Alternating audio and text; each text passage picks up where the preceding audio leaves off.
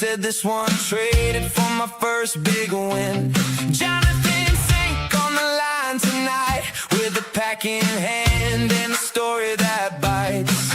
Old paper, new spark, name on the card. From basement deals to a full-on start. Collected and connected, collected and connected, trading the truth, pass it on. Hey, what's up? Jonathan Fink, Sports Card Collectors Club, and this is the Card Life Chronicles, podcast episode 19. Tonight we're going to rip 2026 Topps Chrome Basketball Update. Cooper Flag's been pulled, Dylan Harper's rookie patch has been pulled, but only half of the rookie patches have been pulled altogether, so we're going to chase them tonight. So we'll let the chat fill up, as we always do, for the next 5-10 minutes, and then we'll get started. So thanks so much for joining me. We already got 3 in the chat. God bless each and every one of you for being first. We're going to have a lot of fun tonight, so stay tuned.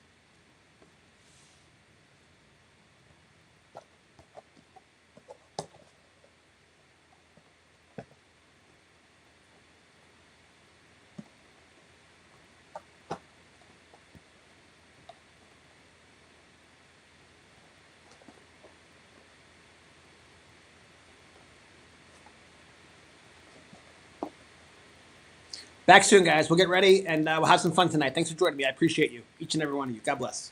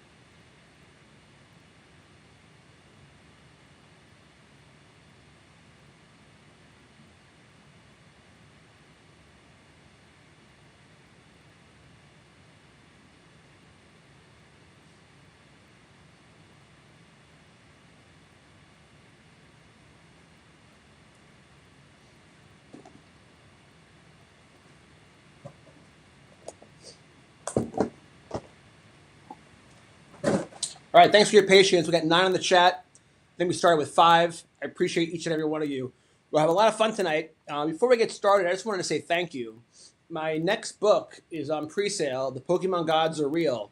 And the feedback that I've gotten has been amazing. It's now #1 on the pre-sale at Amazon, and it's even in the top 10 for overall sales. I know that can't be accurate because it's got to be influenced by short-term purchases, but I'm really grateful, and it's good to see my book at the top of the list. Hey, my dog just came down, so I'm going to take him out real quick. So sorry for the quick delay. I'm going to put a reel on for you to watch, and then we'll get started. Thanks. This month, we have some great sports card stories from across the U.S. and talk to an author from nearby Leawood, Kansas, who has written a book about returning to collecting after 3 decades away. My day job is I'm a financial advisor, so I've been investing for over 20 years. In a way to express my love for the hobby, I decided, what if I write an investment book, Sports Card Collectors Club, and treat the stock market the same way I would treat the card market. And so I thought, well, how would a day trader invest in cards? How would a venture capitalist buy and sell cards? How would a hedge fund do it? As I would go through my trials and tribulations, I realized that for as much fun as I was having investing, there was something missing. And one day I was watching the Royals game on television, and it was a rain delay. And the Card Life television show came on. I was watching that episode, I was watching Matt Strom open cards and rip packs, and I started getting the warm, fuzzy feeling. I said, this is what I want to be doing. I want to get back to really collecting and ripping cards and building sets. And that's when the story of my book has changed. I go from investing back to collecting. I'll also open a variety of boxes from different sports.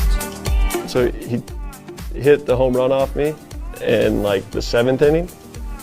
And then in the 8th inning, JT hit a double, so he's standing on second.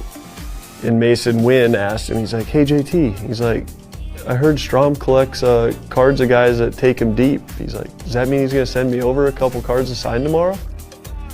And after the game, we had won. I mean, winning is the only thing that's important to me. So it's like, I was good after the game, whatever, and JT comes up to me and he's like, hey Stromy, he was really genuine. Like he wasn't taking shots. And I'm like, what are you talking about? He's like, well, when I got to second, Mason asked if you're gonna send a card over for him.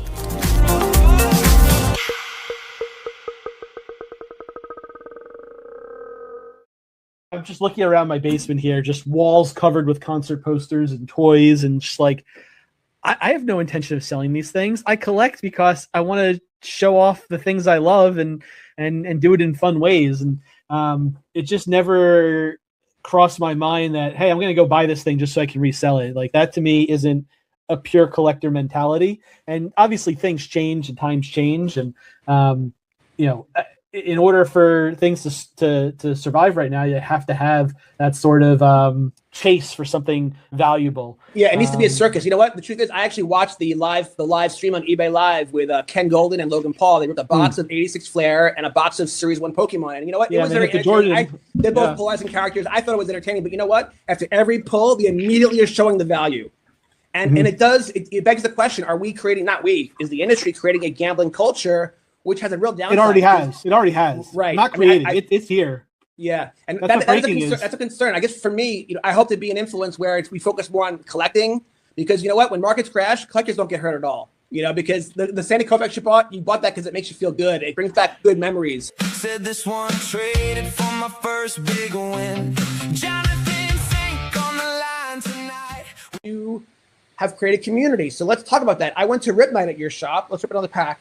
And I went to your Rip Night 2 years ago, and it was one of the best. I wrote about it in Volume 1. It was one of the best times I've ever had. You guys had this giant scoreboard where you had the chase cards, and everyone can buy whatever product you wanted, like buy 3, get 1 free, whatever product, whatever it was. You then, if you pull a Bronny James, you then get another blaster. Or I pulled a Reed Shepherd auto, and then I got a free T-shirt. And I sat around the table with strangers and had the best time ever. So let's talk about how important community.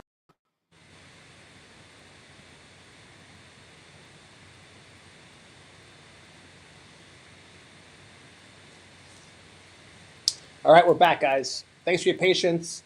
We should be good to go. My dog buddy has just gone potty. I gave him a little treat. He might come back to hang out, but I don't have to worry about taking him out for a bit. So we'll get going, and we'll rip some 2006 Topps Chrome. Just to give you some updates, I mean, the product is still hot. You can't find it anywhere on the shelves anymore. select few shops still have it in select quantity, but they got to rip the seal and all that stuff. The mega boxes, which retail for $85, I think are now going for $130. They have been going for $120. Price the rise of there. I saw that a Shaquille O'Neal out of 50 went for $1,200, which is insane. I think about half of the rookie patch autos have been pulled. So yeah, the top guys like Dylan Harper, his card's been pulled with $1 million bounty. The Cooper Flag's been pulled. I think that had a $2 or $3 million bounty, but something that might auction for up to $4 million. But you know what? There still are plenty of rookies to pull. I saw that Hunter Dickinson just got pulled. I mean, he's been on the fringe. He's barely making a team. He's been playing in the summer league this year. But he went to KU. I love KU. My son goes to KU. I would have loved to pull the Hunter Dickinson, rookie patch auto. So you never know. There's still a lot of fun cards to still pull, and then lots of just players that we love, and all kinds of numbered cards, and still autos to pull. So there's still a lot of good stuff. So yeah, I could have these sealed boxes that weren't that I bought through Dick's that weren't ripped open. I could flip them on the open market and probably make a buck or two. But what fun is that? I love to rip. I love to share the experience, and that's actually where this Card Life Chronicles podcast series came from. Because even though I did just work so hard to get the Pokemon Gods of the Real out, now on September 16th, it's now on pre-sale. My original plan was to put it out down the road, and then when I realized it's the 30th anniversary, I'm like, oh no, I got to put it out for the 30th anniversary. That'd be perfect alignment. But I've always had on pre-sale for months now, Volume 2 of the Sports Card Collectors Club series called the Flip Life, and there's lots of different storylines that run through the Flip Life. But one of the main themes was I had to find a way to sell books. I spent most of my life, in the under the late night, as a scribe, writing and writing and writing. I wrote 10 books, but I didn't spend any time trying to sell them or any time marketing them. I have my own self-publishing company, so I don't have a big marketing budget behind me. I don't have a publicist. So any of the interviews or podcasts that I've been on have just been organically happened. But with the Flip Life, that was where I discovered a couple of things. First of all, I had to find a way to keep going with the hobby. My wife was not thrilled with how much money that I'd spent in the hobby, even though it was so much fun for me. And I agree, it did get out of hand. I even wrote about that in Volume 1 with credit card debt and paying off your bills and all that stuff. And so, addiction is real. Be careful out there. It's a fun hobby, and it's easiest to keep clicking on eBay, buy now. Eventually, it adds up. So you got to be responsible with your money. However, I still wanted to be in the hobby, and I still wanted to write about the hobby.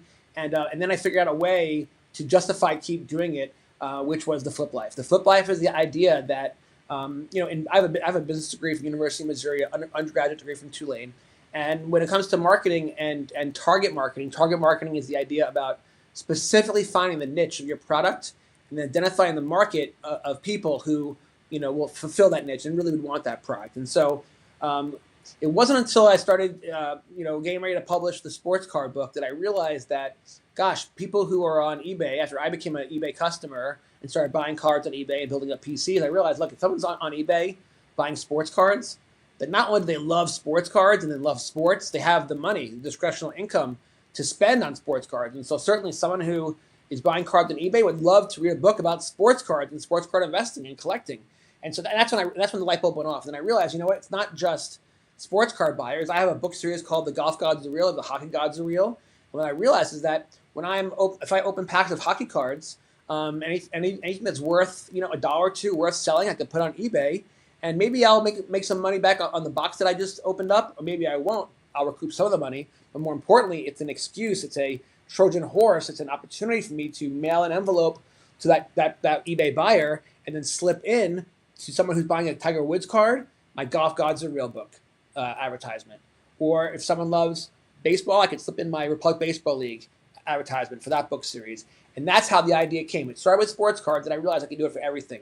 And so therefore that justified me always being able to rip packs and open cards to my wife and to myself, and to do it through the business, and use it as a way to actually enjoy the hobby, but also it really was a marketing vehicle to find the target market for my book. So it might not have been the most efficient way, but you know what? Compare that to print advertisement in magazines or billboard advertising, other traditional ways to advertise, and who's to say if you can measure the success of those different ways of spending money. So for me, it was a business expense. It was also fun, and I thought it was a clever, creative way to find my target market. And then it gave me the clever idea to have that be one of the core themes of the book series. And so there are other things about the book series, of course. I I write about, the end of Panini, the rise of Topps getting all the licenses and all the different products that were changed, and I open all those products. And here's the thing: when I open up all those products, I wrote about all my experiences ripping all that wax open and the different packs and the cards that I pulled. But I didn't have it on video. I just wrote about it, and it didn't even occur to me at the time that I should have been recording every pack opening and putting them online. In fact, to come full circle, hold on, quick drink. By the way, black cherry soda, not an endorsement until I get a call from Stewart to be cut a deal. I'd love to that would be my first endorsement deal for black cherry soda, non-caffeinated. Anyway, so I've been living the flip life, and I've been opening all these packs, and yeah, I would take to cut 3 or 4 cards and add them to an envelope and for free and give them away, cards that were basically worthless. But the cards that I didn't give away, I put in my old shoebox that my son used to collect, and I would go to the baseball card store. I still do this all the time in Overland Park, Kansas, and I trade in whatever I can for store credit. Now, you fill up a box of paper junk wax, that might be worth $5. You fill it up with Topps Chrome Baseball full, that might be worth maybe $20. So still not a lot, but it's better than nothing, and it adds up, and it really helps keep the cash flow and let the wallet extend a little more when you want to buy stuff and keep buying stuff. So I have this process of mailing out cards through eBay, taking the extras, the worthless stuff, flip lifing, eBaying, whatever I can, and then the rest goes to the garbage dump, the baseball card store, and I trade it for what I can. And so over the years, I've been doing this now for several years. And Jordan Neal, who helps run the shop, who owns the shop, he finally said to me, "Hey, Jonathan, you really should start a YouTube channel and open packs online. You're doing it anyway."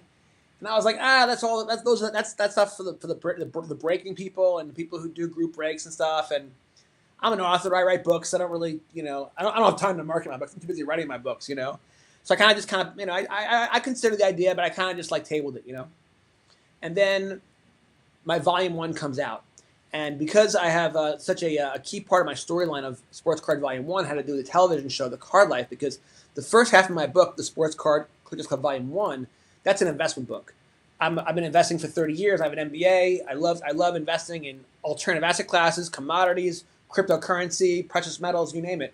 So when I saw, after getting back into the hobby after the pandemic, that the hobby had changed so much, and now it's like investing, and there's Jeff Wilson and Sports Card Investor app, and all these apps like Collect, where you can track your portfolio of cards and seal wax boxes. I thought, I can relate to this because it's like investing. It's pretty cool, So I embraced this new age, modern day hobby, which was not about collecting and building sets, and appreciating cards for their artwork and stuff like that. It was about profiting and making money.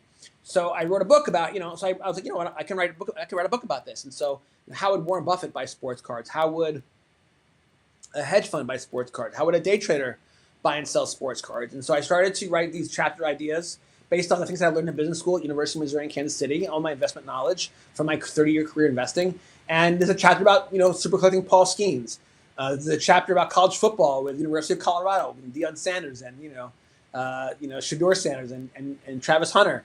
There's a chapter about Caitlin Clark, a chapter about Zach Edey, hedge fund chapters, private equity chapters, etc. And basically, I was having a lot of fun with the book, writing it. Some chapters I made money, like my Paul Skeens chapter. Other chapters I lost money. Typically, I lost money not from the idea not being successful, but from having a good idea and then having the cards graded. And then you think the card should be a Gem Mint 10, it comes back a 6. And you're like, what? And then it's worth nothing in the market. A PSA 9 is almost equal to raw value. If it's not a 10, no one wants it. So I learned that the hard way, and it cost me lots of money, lots of cards in and getting shitty grades that I thought were great quality, great content. So a lot of them were right out of packs. I digress. But I was enjoying myself, though. And then finally one day I was watching the Royals game. There was a rain delay. And the rain kept raining and raining. And what basically happens is 30 minutes into a rain delay, the announcers just chit-chat. Once you get into an hour and a half, and there's bad storms coming, they have to find more programming. So typically they'll put on a show for 30 minutes at a time. And one of the go-to shows around the country is The Card Life, produced by Brandon Verzel, hosted by Matt Strom, who most recently played with the Royals. He's been with the Phillies and the Padres and other teams, originally with the Royals. And he's the original pack rat. He was the one during the pandemic who was doing Stadium Club rips on YouTube, and long before guys like Bobby Witt and Cags were well known as collecting, famous collectors. the OG was Matt Strom, no doubt about it.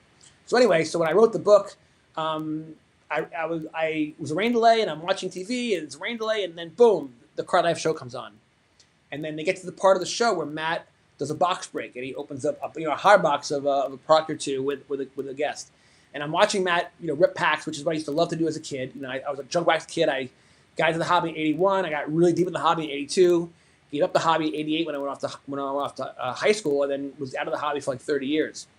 But what I enjoyed the most, I did build sets, and I did play flip and trade cards and kind of gamble cards, but what I really enjoyed the most was ripping packs and that magic of ripping the wax and seeing what's inside, and every card's a sacred relic, that sort of thing. And so when I watched this TV show, I'm like, oh my God, that's what I want to be doing. Investing in cards has been fun, but that doesn't get me motivated and get the feeling that I felt in childhood, like watching Matt rip packs. That's what I want to do now. I want to start ripping packs and building sets. So from that point on, the book detours and starts pivoting towards collecting and set building. I started building the famous 1986 Flair basketball set and many others. And so it's a really interesting book because it's a storyline about how my hobby changed throughout the book. And it changed again when I went through my Flip Life phase, and it's even changing now. Now I'm in the Card Life phase, which gets me to the Card Life Chronicles podcast. So I've already written volume 2 of the Flip Life. That's going to be coming out in December 1st. It's already on pre-sale. You can buy it now. And I'm in the process of writing volume 3 of the Card Life. And the Card Life, like all my books, will have different themes that run through it. The Card Life is me becoming more of a prominent, social media personality, hosting a couple of podcasts. I'm a recurring guest on 2 other podcasts now. So I'm more active. I'm doing stuff, and I'm slowing down my book publishing process. I'm not, this year I put out 5 books. I'm now going to slow it down and do 2 books a year every 6 months. So that's going to give me a lot more, not necessarily free time, but more flexibility to spend more time, spend my late nights not writing books, but doing things like, live rip sessions with you guys. And so anyway, that's what the Card Life is about, is this new phase of my life. But of course, like the other books, a big part of it will be pack rippings and that part of the experience. And so the Card Life, the idea was that I got to do what I didn't do with the Flip Life, which was to document and video all the pack openings. So then it's kind of like people can experience the book in more than one way, and in different time horizons too. So the after tonight's rip, assuming we get through everything with basketball, we'll do one more mega rip of V Friends, and then we might do 1 or 2 miscellaneous rips. Maybe I'll save all that miscellaneous stuff for after the Chronicles are over. But basically, in my other room on the ping pong table, I have all the products laid out, like in a storyline, as you'll see. I want to, give away the whole storyline, leave that for a surprise. But I'm still going to rip all the cards live on this podcast. Sometimes spontaneously, and then sometimes it'll be scheduled. So, for example, everyone knows that on 7:00 Eastern time on every other Tuesday, I have my flagship sports card Collectors Club podcast show. It's an interview format, me and a guest ripping packs, talking about them and their love for the hobby. Then the alternative Tuesdays at I guess it is 10:00 at night Eastern time. My show, The Rip Sessions, the idea was to do kind of like a virtual local card shop where everyone's sitting around a table and just open packs together. What I found is that, first of all, I launched it during the National when everyone was busy, which was difficult. But even after the National, I found it was very difficult to get guests. And I don't want to have recurring guests where everyone feels they have to show up every week and bring packs, which means they have to spend money. But I thought there would be enough of a vibrant community where people just want to reach out to me and join the show. And it became too challenging. So I realized what I'm going to do is this. I'm gonna scrap the rip sessions, and then every other Tuesday I'll do the Card Life Chronicles. This show, this format, just like this, but it'll be scheduled. So instead of my spontaneous show, which a lot of people don't get to catch when it's live, they got to catch the replay. So people who want to catch it live and of course be part of the chat, which is a big part of the fun of this whole thing. That'll be done every other Tuesday at 10:00. So that's really cool. So that's what I'm doing with that, and it'll be kind of along the storyline. We'll go from there. But tonight, enough talking. Let's get to ripping. We're going to start with all blaster boxes. I got about 10 of 2026 Topps Chrome basketball. So cheers to you guys. I thank you, 14 of you so far in the chat. Thank you all of you for being here, and let's have some fun.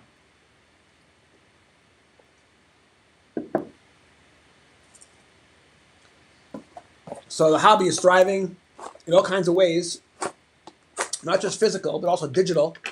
I saw that Paulie from the Collecting and Connecting Network and Banana Mac, who I met at the Las Vegas Summer League NBA Top Shot event,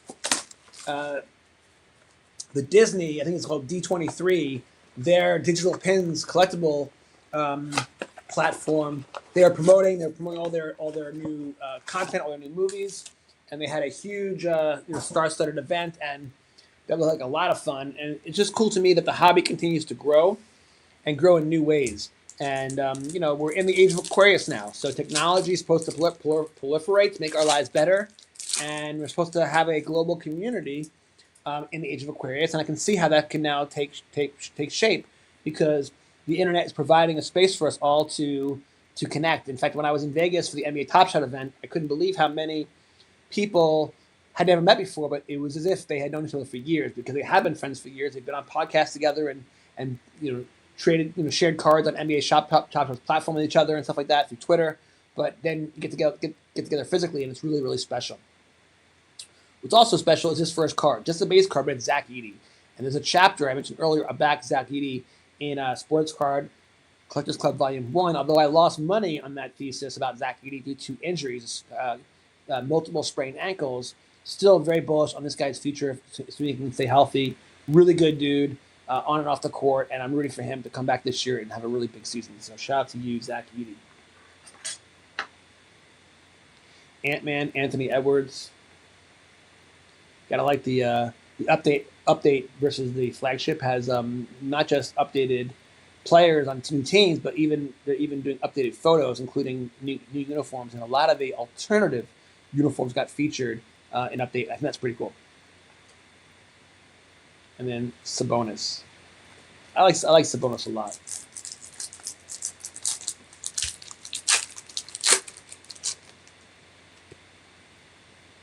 Dylan Brooks, DeMar DeRozan, Shaden Sharp, Aaron Nesmith. So I'd say we're 2 for 2 so far as bus packs are concerned. Hold on.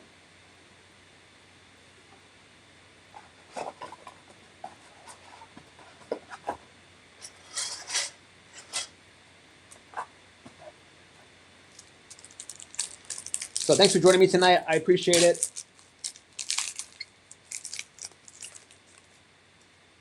Like I said, it's something that I would do anyway, and now it's so much fun to do it with the chat. Although tonight I don't know what I did when I clicked the loop button. I lost the chat, so I don't know how to get it back. Oh wait, hold on. There we are. The chat's live. So I'm gonna write, "Hi guys." All right, chat's up and running. Get a rookie card. CJ McCollum. And then here we go. We got our first numbered card of the night in pack number 3. So we're off to a great start. We had the last rip session we did, we had a drought. I think we had like 6 boxes without one good card. So not maybe the player you want. It's Dort from Oklahoma City, but it's a cool photography alert, and it's out of 99. It definitely is worthy of going into the gallery and getting put immediately into glass. And then we finished with a Devin Booker base. A numbered card of a non-big-time player is not that big of a deal. Not even sure if this even trade for $5-10. Although this one actually is unique. If you look carefully, it's not your typical insert. Look at the edges. It's got like the black dots and then the black sections. So that actually is pretty sweet. I'm not sure I've ever seen that before. So who knows? Maybe that is a $50 card. I doubt it. Probably $5-10. All right, there's my dog. He's back. There's Buddy. You can say hi. Hopefully he's going to just chill. Pretty sure he doesn't need to go out because he just went out. So hopefully he's just here to hang out. Although I did take his bed out of here and put it back upstairs. So that was probably a mistake. Pack number 4. Jace Richardson. Journeyman Chris Paul. Rudy Gobert. And Jaden McDaniels. Back to bus pack.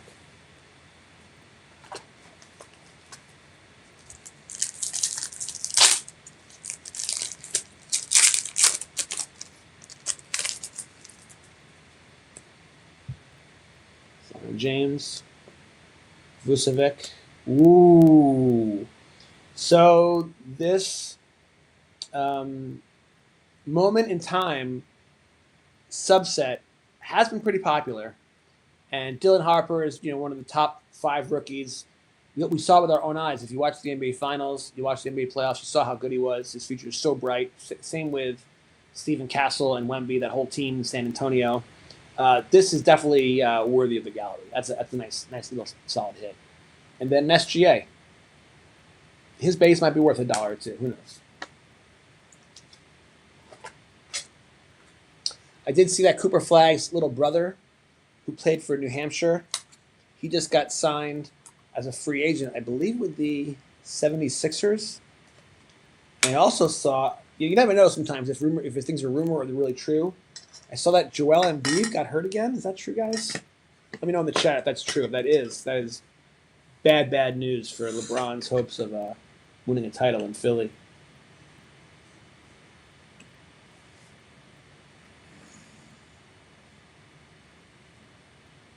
All right, let's keep going.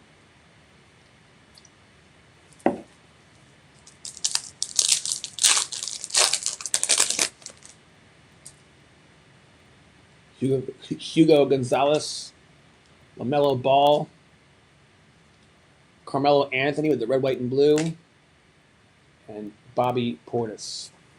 So I pulled that Cooper Flag red, white, and blue. At the time, it was going for $200, like the day after release. I'd still guessed it for $100. So still a really good price. Recouped, that 2 blashes worth of cards for sure. But it shows how careful when you're buying. Prices of cards are always the highest value right after a product is released, and they typically come down. So I'd hold off on buying singles still. More cards are coming to the market. Every time someone opens a pack, every time someone posts a card on eBay, the supply increases. Prices should go down. That's how laws of supply and demand should work, and that's the beautiful thing about capitalism. Rick Barry, Drew Holiday. That's a shade and sharp, red, white, and blue, cool photography alert. And then Kyrie Irving, who won an amazing championship with the Cleveland Cavaliers after being down 3-1 to the 72-win Golden State Warriors. I really thought LeBron was going to go back to Cleveland. I didn't think he was going to go back to go to Philly. All right, so the first blaster, now called Value Box, is done. Not bad. We pulled 2 cards that were worthy of the gallery: Dylan Harper, Moment in Time rookie card, and a Dort parallel out of 99. So not bad. Now this one, by the way, came unsealed. So you could sell it on eBay, but it would not have the same market value because people don't know if it's been tampered with. So that's why Topps encouraged card shops to take off the cellophane wrapper in the store, because they wanted to take away the motivation for scalpers. I'm sure you've seen that scalping's become a real problem, not just for sports cards, especially for Pokemon. Just last week, someone had a knife pulled on them in line at Target. We're seeing gunfights, all kinds of craziness, because there's been a lot of money to be made, and when there's money to be made, greed takes over, and people sometimes do bad things in the name of profit. It's a shame. This stuff is for fun. It's trading cards. Let's not take this stuff too seriously. These companies should print more to force the prices down and get rid of all the scalpers. Cade Cunningham. There's a Kyrie Irving Stratospheric Stars. One of my least favorite celebration moves. There's Dante. And then Jason Tatum. Looks like a no-look pass. That's pretty sweet. Oh, you know what I didn't do, guys? I never promoted the stream. I never put it on. Hold on one second, guys. Hold on.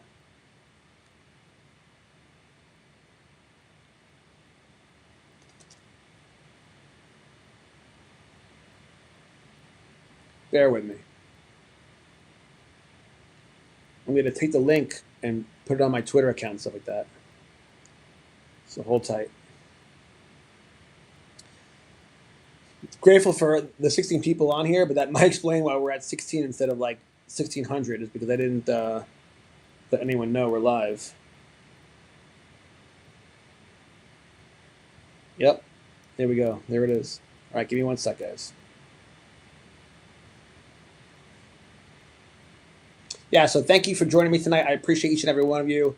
Whether we pull a banger tonight or not, I hope hanging out with me is entertaining. It's worth your time. You can spend your time with anyone, so I appreciate if you're spending time with me.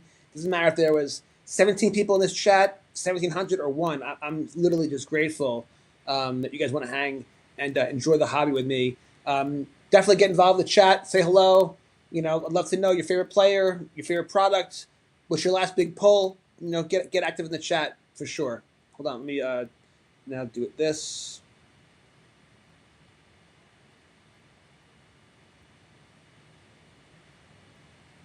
And then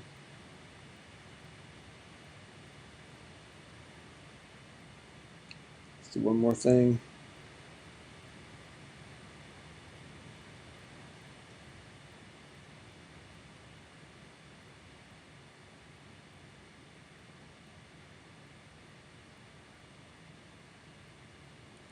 Oh, I should probably put this on TikTok too. Sorry.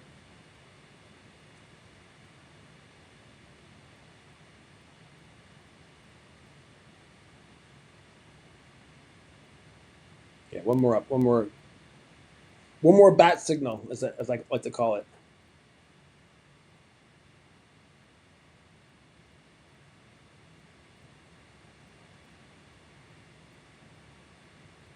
All right, we're good.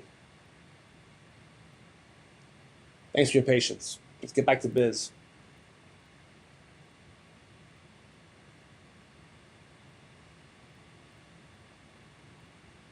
All right, I'm pulling up my second camera again.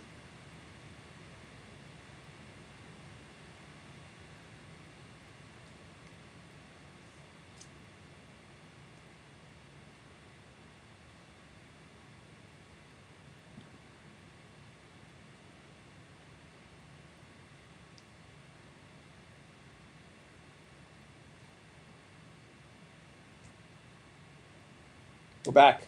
All right, let's rip. Sorry, we lost one person. Got annoyed. That must have been when lost their patience and flipped to something else. I apologize, guys. Thanks for your patience for everyone stuck around. It's direct live with a second. Ooh, what's this? SGA. Whoa, that's cool. I haven't seen this one yet. SGA, Moment in Time. Thinking of my buddy Levi. Levi I met through NBA Top Shop Summer League event in Vegas. He was the first guest I had on my Rip Sessions show, and he opened a bunch of Top Shop. He's from Oklahoma City. He loves SGA. That's a really cool card. Maybe worth $20. Who knows? Gallery worthy for sure. And there's Christian Braun, Rock Chalk Jayhawk, and then Jimmy Butler. So these go in the go away pile, and this one gets some glass.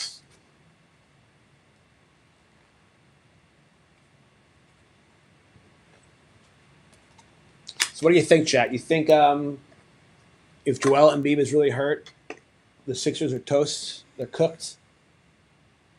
I think they could be. Let's keep ripping.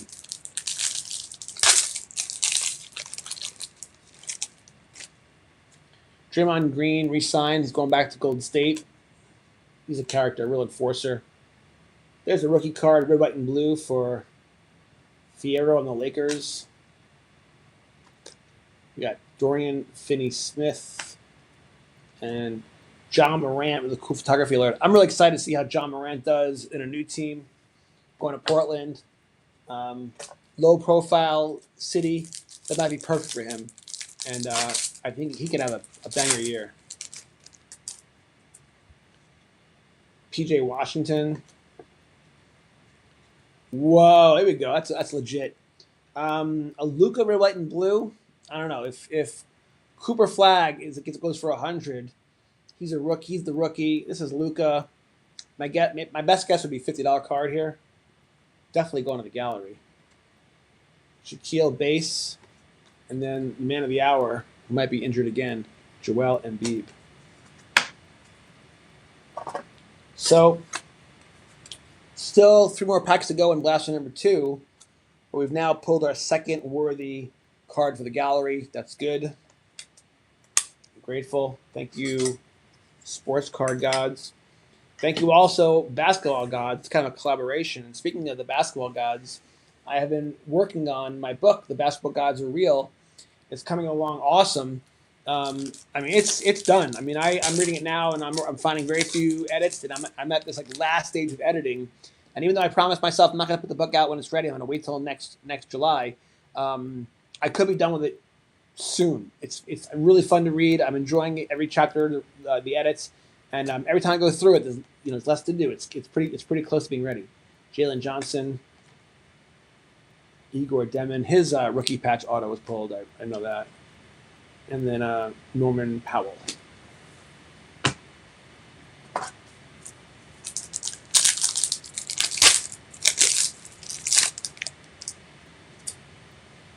Cameron Johnson, Nolan Traore, Colin Sexton, Andrew Wiggins base. Bus pack.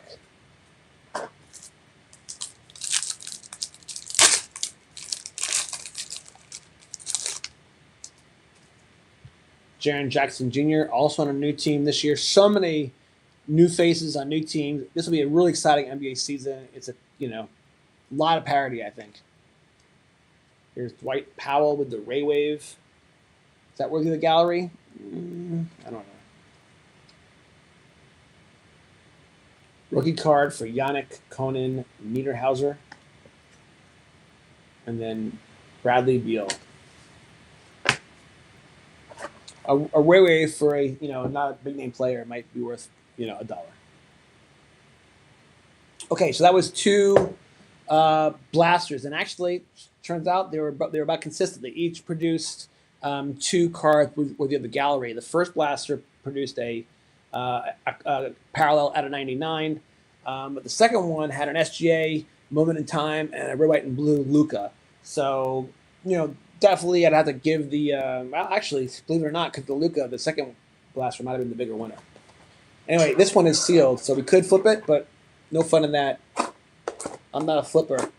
Even when I was in the flip life, I was not looking to make money. I was just looking for an excuse to, ship out cards to include my advertisements for my books. Definitely not in this hobby to make money. Definitely just in it because I love cards and I love enjoying the hobby.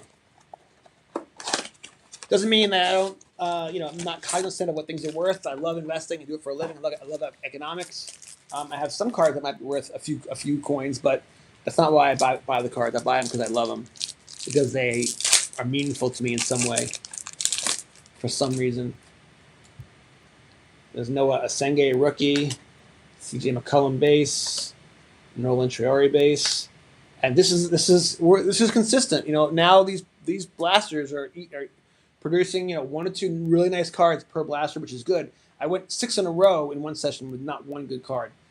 VJ Edgecombe, speaking of the Sixers, I mean, if Joel Embiid's hurt, not so true anymore, but they might have had arguably the best starting 5 going into the season if they weren't injured. Cool photography alert, and yeah, VJ, one of the top 5 rookies from last year's class, really got huge upside. Excited for his future. Definitely going into glass for sure.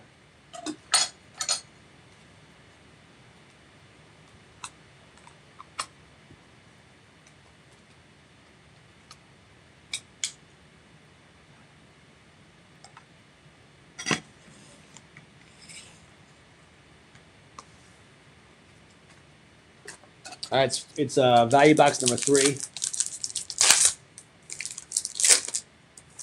This will probably be the last time we rip Topps basketball update. Assuming we finish everything tonight. If we don't, we'll do one more rip. But I will stay focused on basketball because I'm writing the Basketball Gods Are Real, and in my Car Life Chronicles, because of that, it's very basketball heavy. So you'll see a lot of basketball openings from me in the future. But for the hobby, the attention will turn to football. Next week, August 20th, Topps flagship football comes out for the first time in like over a decade. That's going to be a really big deal. Should not be overpriced. It should be printed to the high heavens, so everyone should be able to get their hands on the cards. But, I love Evan Mendoza. He's been so great in front of the mic at press conferences and stuff like that. I thought he played really well. I'm not so sure how strong this rookie class is going to be. Jordan Love. There's some big names. We'll see. It remains to be seen. But I love football. I'm excited for the next season, and the hobby is ready for this product for sure. Here's Chase Richardson, Chris Paul, Damian Lillard with the alternative photo, Ray Wave, and then Russell Westbrook, who just announced his retirement this past week. 18 seasons. Congratulations, Russell Westbrook. Yeah, real journeyman. He played for so many teams.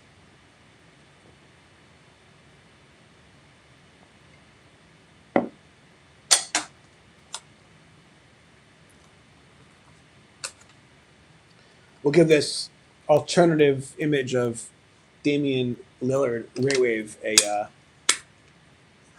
spot in the gallery.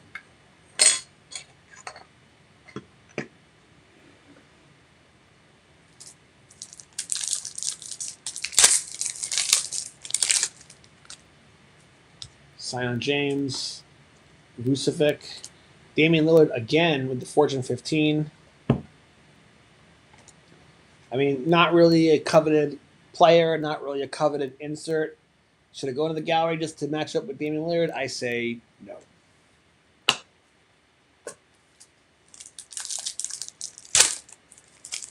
Tonight I was on a podcast, The High Hard One, hosted by Jay Destiny from The Hive, talking baseball, talking collective bargaining agreement, talking promotion relegation ideas like my book series talks about, Hugo Gonzalez. After you watch me tonight, go check that out, whatever. LaMelo Ball. I attached a link on my YouTube channel and on my Twitter page. Here is another really good one. We're hitting a lot of these now, so maybe they're not so rare. But when you pull a Dylan Harper, you pull an SGA, and now a Steph Curry, moment in time, now you're cooking. Steph Curry, probably $5-10 card, but one of the most popular players in the league, and rightly so. He is a vanguard. The 3-point shot, he reinvented it, and it changed the game. Grady Dick, just a base card, but I love Grady Dick. Rock Chalk Jayhawk. He didn't just go to KU. He grew up in Kansas. And I have a chapter about him in my first book, The Missing Grady Dick Card. Really good chapter. So go check out my book, The Sports Card Collectors Club Volume 1. You can buy it everywhere. However, my new book, The Pokemon Gods Are Real, you cannot buy it anywhere. There's a reason why. My first 15 books I put out on a platform called Ingram Spark. They do the actual printing. And with Ingram Spark, I used to like them a lot because you get global reach, like all over the world, and it's your book will be everywhere. It's on Amazon, it's in Barnes and Noble, it's at Target, it's at Walmart. Maybe not in the physical stores, but on Target.com, Walmart.com. So it's got a lot of reach. The alternative to Ingram Spark is Amazon. They have their KDP program, and they have some very unique features. And I don't know. At the time I first got started, they didn't do hardcover books. Ingram did. I really wanted a hardcover in my portfolio of books. And maybe Amazon was too corporate for me. I thought Ingram was more like indie integrity kind of thing, authentic. But I had some coincidences happen, and the website crashed, and I decided my Pokemon book was ready for upload, and Ingram wasn't ready to receive it and upload it. So I'm like, maybe it's time for the Pokemon Gods. I should try Amazon. And Amazon, I gotta say, it was a seamless process, so easy to use. And then I thought, well, the ebook is up and running, and it went to #1 on the pre-sale. It was amazing in a day. And they haven't even really promoted it yet for me, so that was just incredible. And I'm like, maybe I'll keep it. I'll keep the paperback and the hardcover on the old network, And then I went and uploaded them, and the files got rejected. And I was like, what? And then my designer had given me new files for Amazon for paper and hardback. And then I uploaded them, and then boom, bam, zoom, it got uploaded, no problem, no charge. It was cheaper to use Amazon, and the books got approved, and they'll probably be online tomorrow. So the Pokemon Gods Are Real. I'm going to get paid double the royalty. Instead of 35%, I'll get paid 70%, which is a big deal. The catch is this, though. My book will only be sold on Amazon, only on Kindle. Now, look, Kindle is 2/3 of the e-reader, e-book market. Amazon is 2/3 of the physical book market, especially online orders. And my books weren't in the physical stores at Barnes & Noble anyway, just online.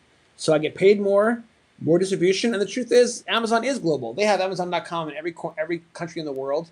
I had lots of unique independent book publishers sign my books, and book companies were signing my books in New Zealand and stuff like that. But how many were I really selling? Maybe I'll sell more with Amazon because they're so dominant. We'll wait and see. So it's kind of an experiment. I'm curious to see how it goes. But so far, Amazon's done a great job. I'm very, very pleased with them. And so, the Pokemon Gods might have pointed me in the right direction. If all goes well, I'll continue to use them going forward. Rick Barry, Drew Holiday, Michael Porter Jr., the red, white, and blue, and Amari Williams rookie card. We rarely pull this guy.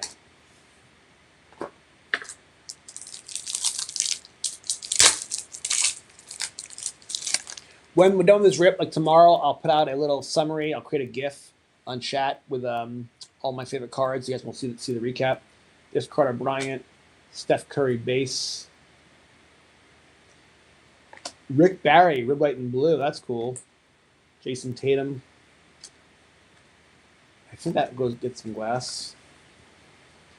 Yeah. Something about that red, white, and blue design it pops so nice.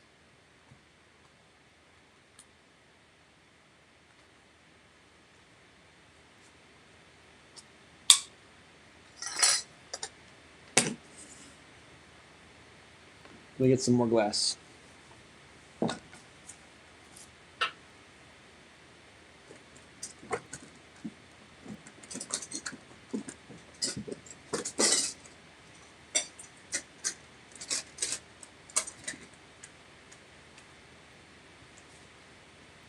I have all these little trays everywhere, and they make a lot of noise. All right, we got one more pack to go in this fourth blaster. So no mega hits, but we've had some nice, consistent, decent cards tonight. Herbert Jones. We ever pulled this guy? Never, never. There's Giannis, that with Miami. Bill Russell. 10 championships or 11, I forget. 10 or 11. I think it was 10 in 12 years. And then the worst celebration in sports.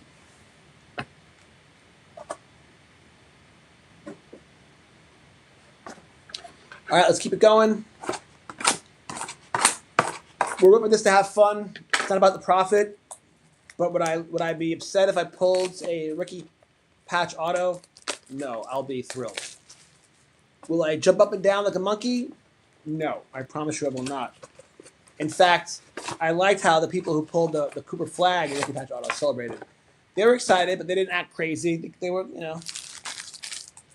it was a proper celebration. I always think it's weird when these breakers act so crazy when they pull a big card because it's not their card. Someone else paid for that slot and paid for that break, and they won the card. You're mailing it out to them. You didn't win it. Nothing to do with you. So why do they care? Why do they get so excited? They're so emotionally invested just for entertainment, maybe? I don't know. I'm not really sure. It's kind of an interesting phenomenon, how they behave, right? Noah Asange, rookie. CJ McCollum, Michael Peavy, rookie card, Peyton Pritchard. Yeah, Michael Peavy, I would say he's in the top 10 from the rookie class from last year. But the red, white, and blue looks awesome. When in doubt, gallery.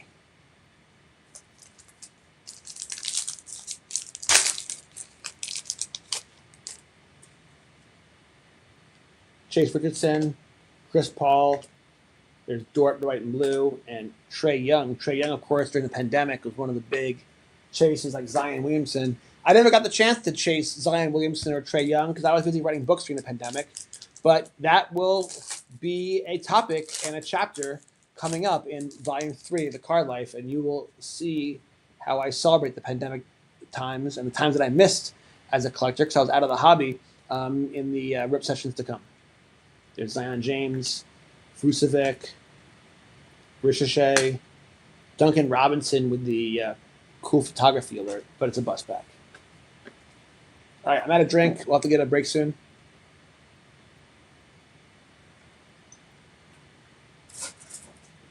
Can't get enough of black cherry soda. Fell in love with black cherry soda during my time living in New York. Dr. Brown's was the best. We don't get Dr. Brown's here. We have Stewart's. We have bunch of other ones that are pretty good. Hugo Gonzalez, LaMelo Ball, my boy Grady Dick, Eamon Thompson, bus pack.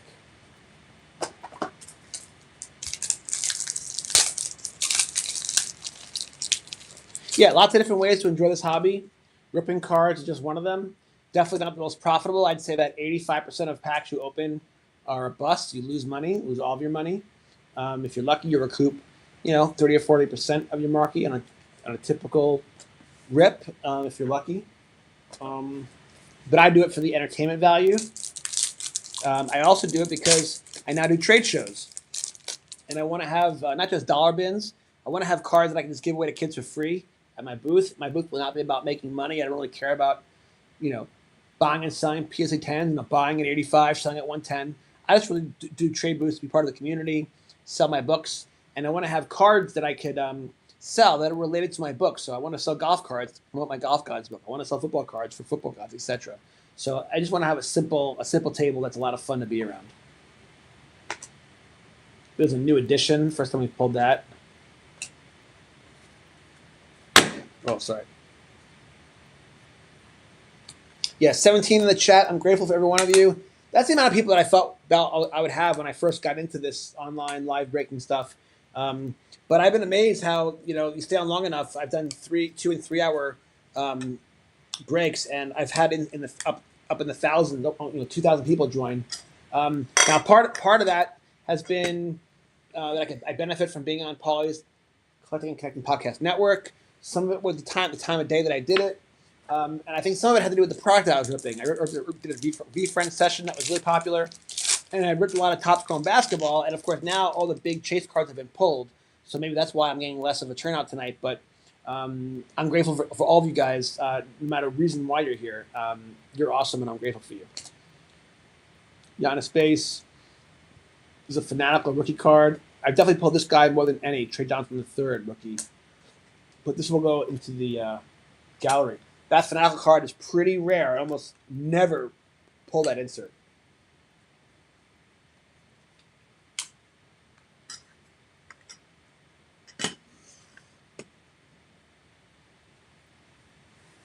Speaking of those stands, I need some more of them. Hold on.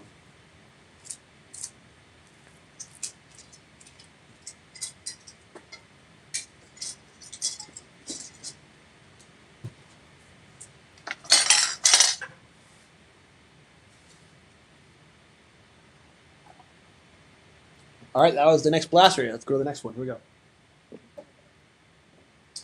This one is sealed.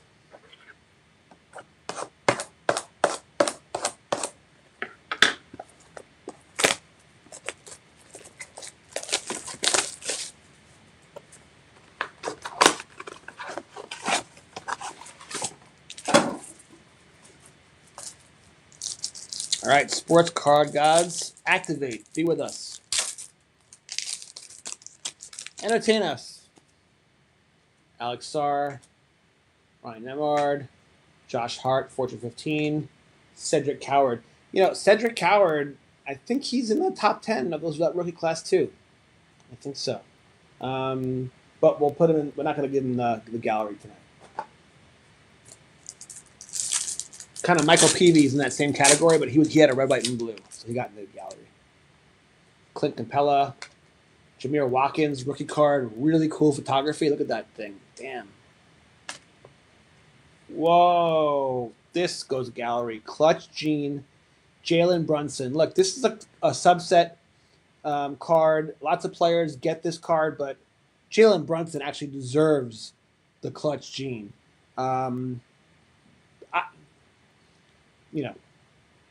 Definitely the most clutch player in our league right now, but even of his current generation, maybe not clutch MJ clutch yet, but a couple more championships and he could reach that level. Love Jalen Brunson, just an absolute superstar on and off the court.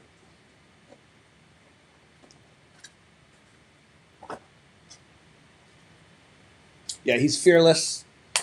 NBA Finals, he had Wemby guarding him. He would take 3-pointers right over Wemby's reach. It was just very, very impressive. He also can get to the hoop and slash. I think the next level for Jalen Brunson is becoming more of a passer, actually. Making everyone else better around him.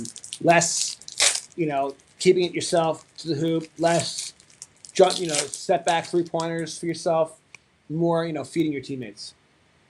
Walker Kessler, Tyrese Proctor, Trey Murray III, red, white, and blue, and then a VJ Edgecombe rookie card. Do you have a VJ yet? Yeah, that's our second VJ. Very nice.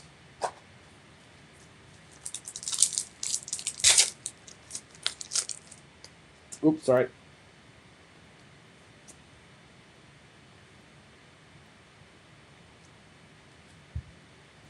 Porzingis, Thomas Sober, Kalen Malik rookie card, red and blue, and then recently retired Russell Westbrook. And look at his face, by the way. He's focused.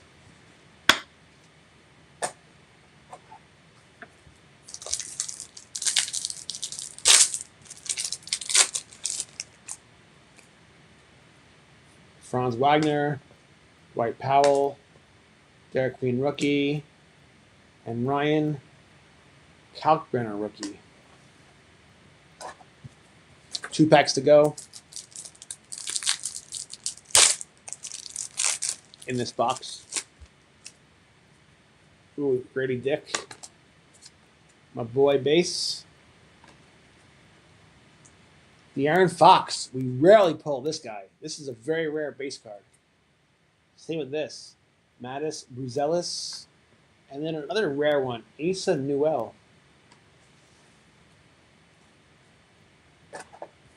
Last pack from this blaster. I'm losing track. Maybe it's number 5. 1, 2, 4. I don't know. Don't matter. Evan Mobley. TJ McConnell. We rarely pull that. Whoa. Andrew Nembhard at a 299. I mean, he's not the kind of player you're looking to chase, but just look at that design, that color. That teal. It's beautiful. It pops so beautiful. Amari Williams rookie. All right, so it's our second numbered card. They don't come around as often as you'd like them to. Hold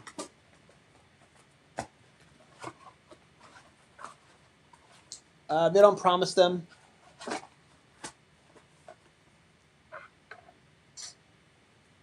So nothing but gratitude when you pull one. But I sold the number card the other day. I think it was a yellow at a 275. Is that right? 299. I only sold for like $1 or $2. It was not one of the big name players. Kind of like a guy like this, you know.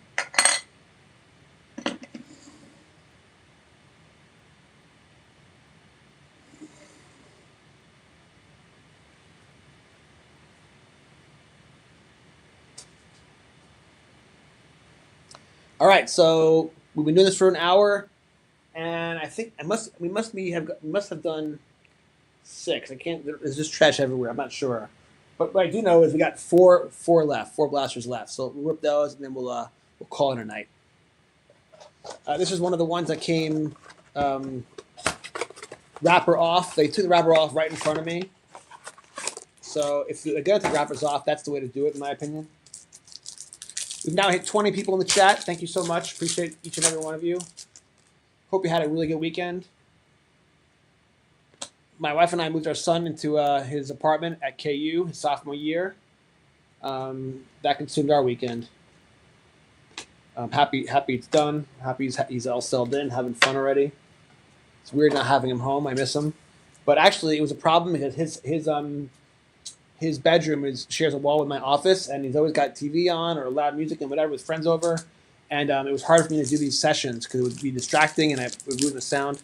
So I miss him terribly already. I prefer him home, but I also know I'll be much more productive when he's not around. But he's not too far away. KU's only about a 45-minute drive, so it's kind of nice. He can have his own experience, but I know he's close by, you know. Buddy Hield, Javon Small, Hachimura, Bonzo Ball.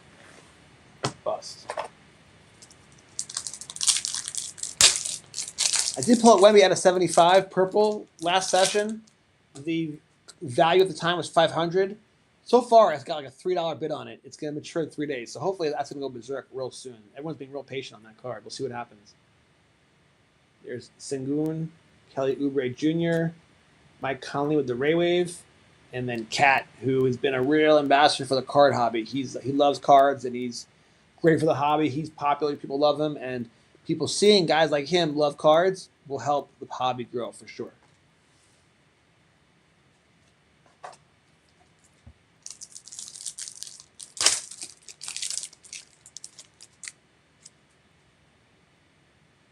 Jaren Jackson. Speaking of Wemby, DeMar DeRozan, Fortune 15, Peyton Pritchard base. So, quick timeout. If you follow my channel, you know, but if you don't, then I'll let you know, because a lot of you might be following from the Collecting and Connecting Twitter account or their YouTube channel. But if you follow my Twitter account, which is Scooter Fink, my main one, then of course Hockey Gods 44 for my Sports Card Collectors Club Twitter account. You also can follow me on YouTube at Sports Card Collectors Club.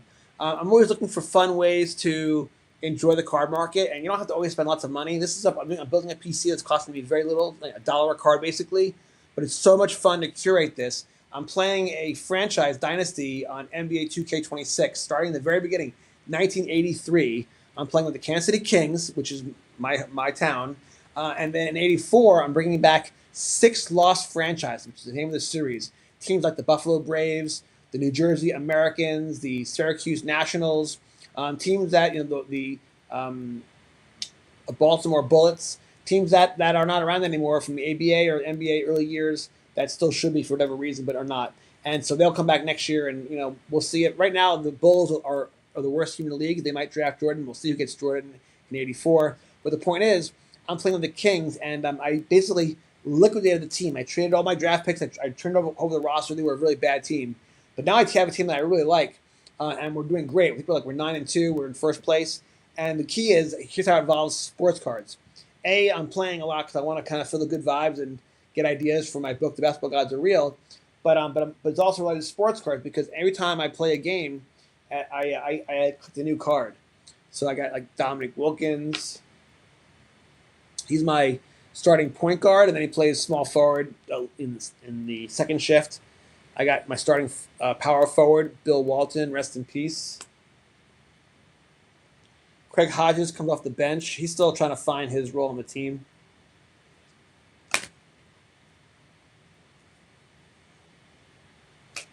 Dale Ellis has been up and down, but he just played in the Rising Stars game, the first game of the All-Star Weekend. It was the rookies against sophomores. So Dominique played for the sophomores on my team. Dale Ellis played on the freshman team, and I just gave him the ball every possession. He scored 40 points. He was just draining threes. He was the MVP of the game. Mike Dunleavy is the first guy on my team who I didn't draft or trade for. I picked him up as a free agent one game into the season. There's more Dominique. He's been my MVP so far. Actually, I think him and Tree Rollins, but Dale Ellis and John Sunvold have also become a really important part of my team. We're shooting threes like crazy. There's John Sunvold with the on-card auto. And then I pulled a bunch of these cards. They're not on my, this guy's not on my team, but it's the team. It's the Kansas City Kings. There's Anthony Bonner. Got this other Bill Walton. And then, as you know from my earlier conversation about my set building from Sports Card Volume 1, there's a chapter about this set as well in Volume 2, because I've been building it. I give a big update. So I've actually always had this card, Wayne Tree Rollins, from the famous 86 Flair set. So yeah, so these are cards that I have not even introduced yet to the public, but I'll be sharing them as I keep doing updates for the game. So I'm having fun playing video games. I've always loved video games ever since I was a little kid. Atari Pong. I've never been not into video games, but in the last 10 years, I've always bought the new game, but then never played them because I've been too busy writing. I've been obsessed with writing. But now I'm slowing the writing down. I have plenty of books to go, but only 2 books a year. I want to focus more on, marketing and social media and my day job, And so I'm slowing it down, and that gives me more time to do things like play video games. And, I still do it to take a break from editing or whatever or for my day job, but I'm trying to make it fun and, involve my sports card passion alongside it. PJ Washington, Draymond Green, Dirk Nowitzki with the insert, and then Trey Young. This card is probably worth like $1 or $2, but it's a very rare insert. We really pull it, so we'll give Dirk some glass.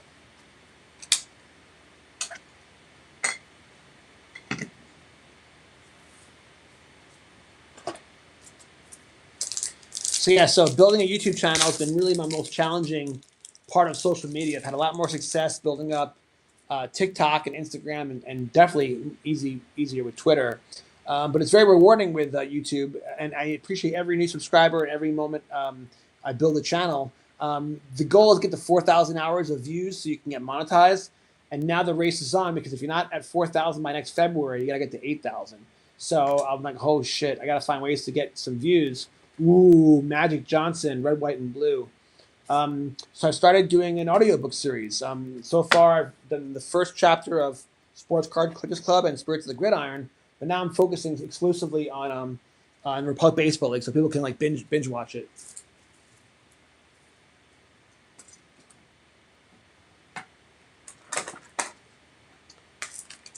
So I think I'm on chapter 10 or 11 so far, so you can go check that out on this YouTube channel. And it's me. You can see me on it, but it's more about listening. So it's more like the kind of thing you can do when you're on a walk or driving to work, going to sleep at night, or you can watch me on TV if you wanted, just like people watch YouTube on TV now. So Magic Johnson, absolute legend. No idea how much this goes for, $5-10 maybe, but we'll put it in the gallery. All right, last pack of the fourth to last blaster, now called Value Box for some reason. Kate Cunningham, Shaden Sharp, Colin Murray Boyle, rookie, white and blue, Eamon Thompson, base. All right, 3 to go, guys.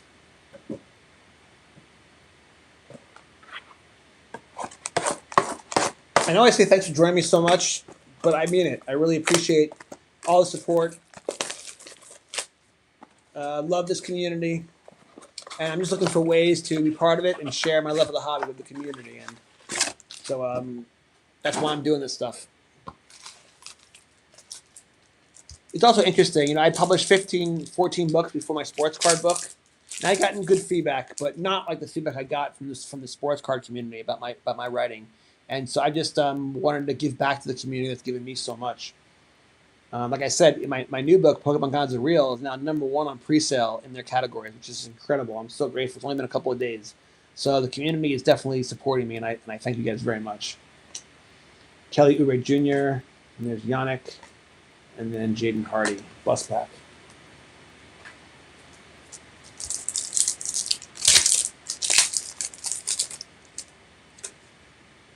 Jaren Jackson, Andrew Wiggins, upside down Chet Holmgren. We don't see him very often. And then Sabonis.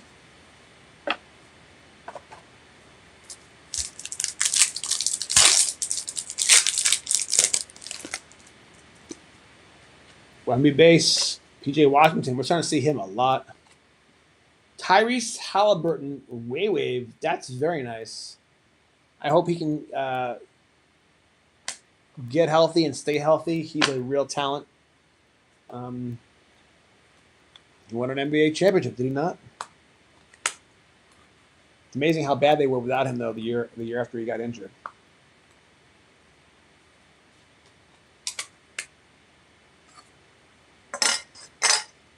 Yeah, I don't see Indiana Pacers competing for a championship this year, but with him healthy, they'll be much better. Hold on.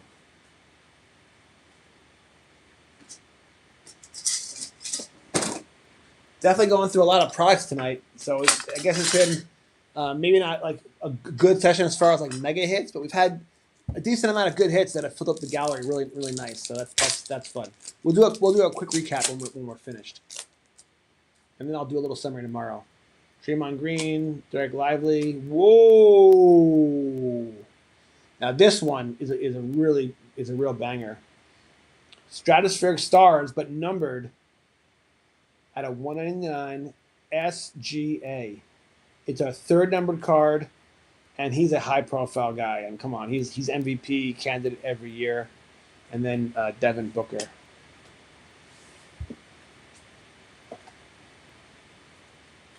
So this has been a good session for us. Grateful. Definitely will have a dozen, maybe 2 dozen cards to send out on eBay and flip after this, to start selling some books. Oh, dropped it. There's Jaron McDaniels. Okay, so this guy right here, Trey Johnson III, we've pulled his card more than any, but this is his Go Time card. And it's the first time we've pulled it tonight, so we're going to give this some glass. The universe has spoken.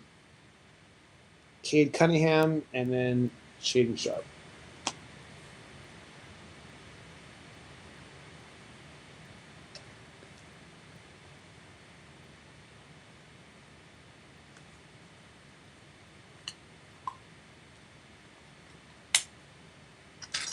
Sometimes an insert might not be worth very much, but when you realize how rare it is, you appreciate it more when you pull it, you know?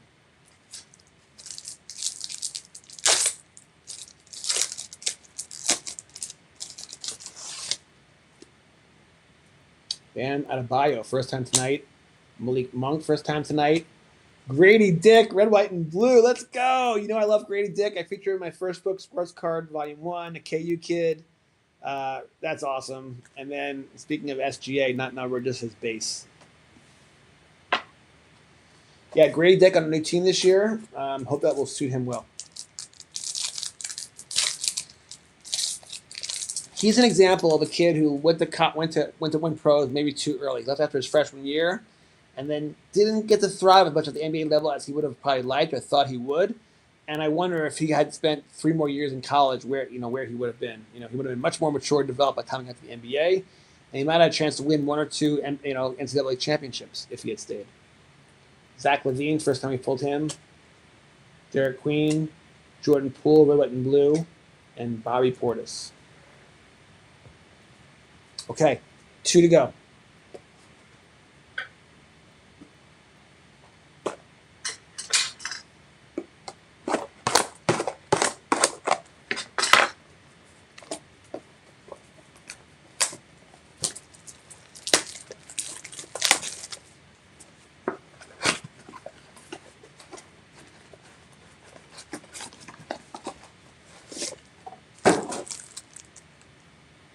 Seven packs, 4 cards each. We got 2 to go. Here we go.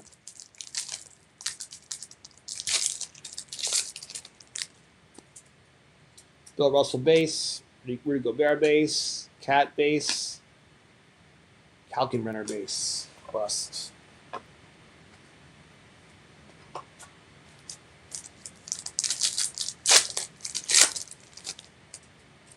There's our boy again. We're pulling him a lot tonight. Grady Dick.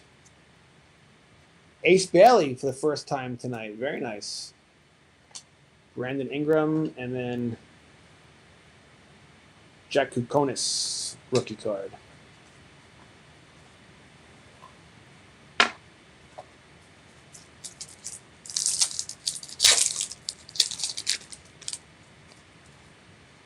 Yang Hansen, Josh Hart, Magic Johnson with the Ray Wave, Amari Williams.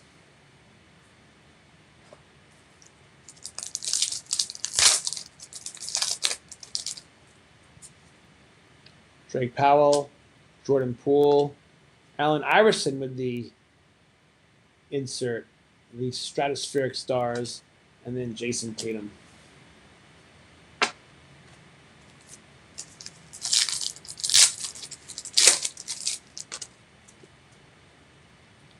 Rasheer Fleming, Jonte Murray, Joel Embiid, Activators. That's a rare card.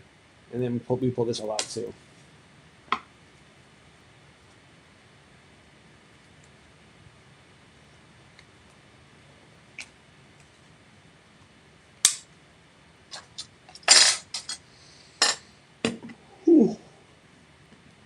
I'm getting tired, so it's good that we're almost done. Too many late night rip sessions, guys.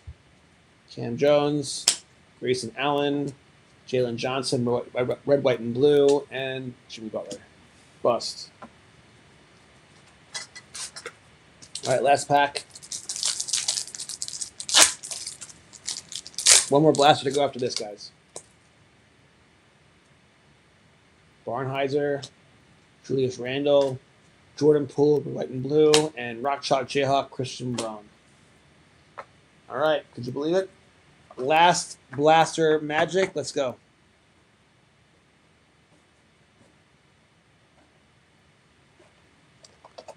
Rookie patch auto. You're the last chance, guys.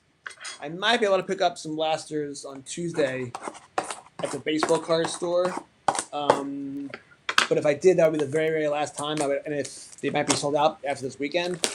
And then I'm buying one hobby of Topps flagship football, and then I'm really done for the foreseeable future, with the exception of junk wax, which I'm building up for a book idea, basically, and for my own fun. But I'm going to really slow down and stop new purchases for a while because I have enough material, as you'll see, for my Card Life Chronicles sessions. So we're good. These pack openings will still be really entertaining. They'll just be very different. Got some eclectic, fun stuff to open. You'll see. But let's finish strong, guys. What do you say?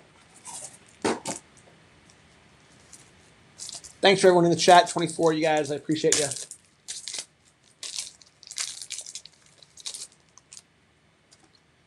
A lot of my regulars are not here tonight. I haven't seen them in the chat, so must be some new people. So thank you if you're new. Thank you for joining me. I write books. I love sports cards. My name's Jonathan Fink. Walter Clayton Jr., Anthony Simmons, Giannis, and rookie Jactakunis. Bust.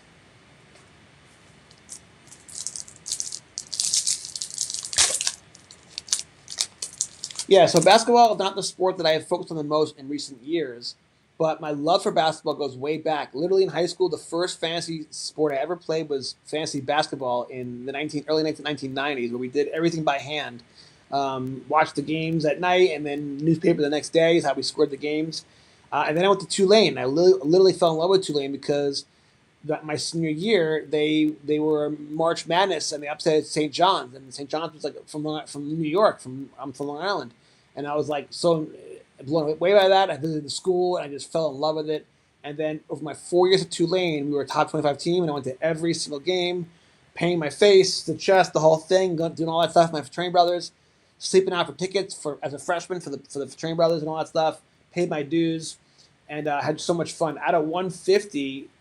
Chase Richardson, nice, and then Green, and we even traveled for road games.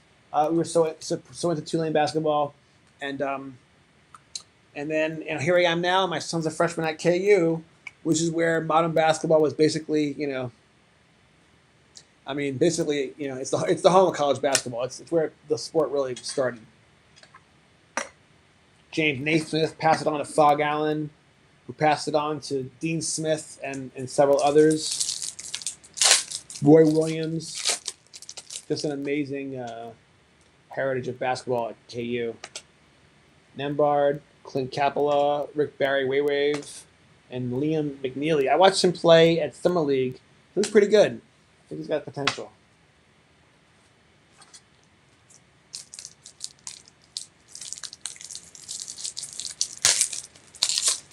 Yeah, so give this, if you're watching on my YouTube channel or on Paulie's, connecting, give it a like. Please subscribe.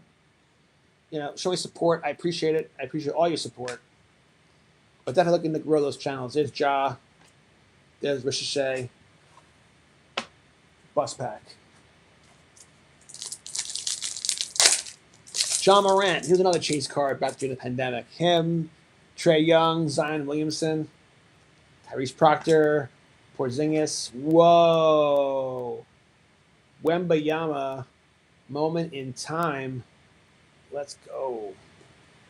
Chaz Lanier. Yeah, Wemby is awesome. I love him on the court. He's a freak. He's the alien. But I also love him off the court. He plays chess in Central Park. He goes to China and Nepal, and he meditates with the Buddhists. Like, he's cool, man. He's an enlightened dude. I wish him much success.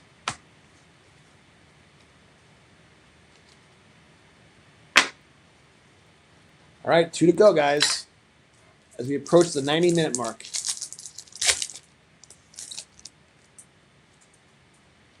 Thomas Sorber, Franz Wagner, Will Riley, rookie, red, white, and blue. You can see how I got tongue-tied with the Wookiee. Jalen Suggs. So anyway, yeah, my books, I'd love you to buy them and download them on ebook and have them buy the hardback and paperback, but If you don't have the money, no worries, man. I'm putting them all online for free on YouTube. So start with the Republic Baseball League. I'm on chapter 11, and you can put your headphones on a walk and listen to me tell the story of the adventures of Professor Kevin Dempsey.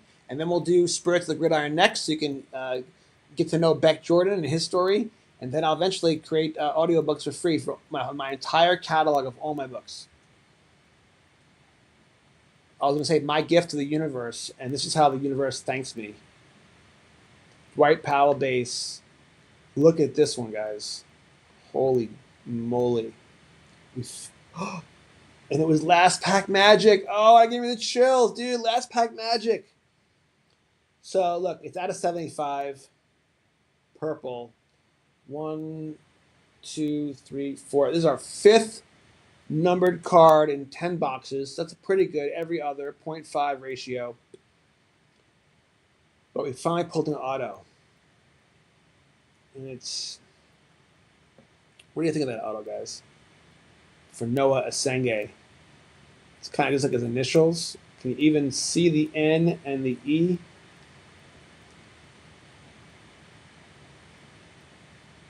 It's on card, which is awesome. The card itself is beautiful and refracts. I'd give him like a 5.5 out of 10 on the auto. But the card gets a 10. That's beautiful. What a way to finish the rip, guys. Cayman Mullock and Will Richard. Last Pack Magic. Last box Magic. All the different superstitions. All I can tell you is it came through tonight. You're not always going to pull the rookie patch auto, the Insane Chase card. But every rip is a different story. Every rip's a new adventure.